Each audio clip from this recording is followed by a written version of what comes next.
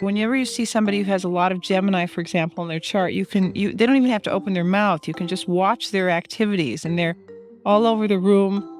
About 99.9% of the time, they're talking with their hands.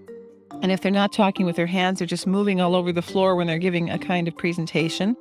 And there's this kind of almost energy as if they've had, shall we say, too much coffee in the morning, because it's almost like their motor doesn't know how to stop. And this is one of the problems that Geminis will sometimes experience. They don't know when to stop the communication, or they don't know when to turn it off, or when to end it, or to remember, basically, because this is also what we call a rather distracted sign of the zodiac. Now, there's a lot of wonderful and beautiful and fun qualities about this sign, but one of their greatest difficulties is the fact that they can easily be distracted. And if we look at the element of air, let's just look at the element of air. Air is an element that doesn't really connect to any of the other elements. You can't really trap air in a bottle. You really can't trap air inside of material or a box. Air has a way of separating itself out or away from the other elements. It's constantly separating itself and diffusing.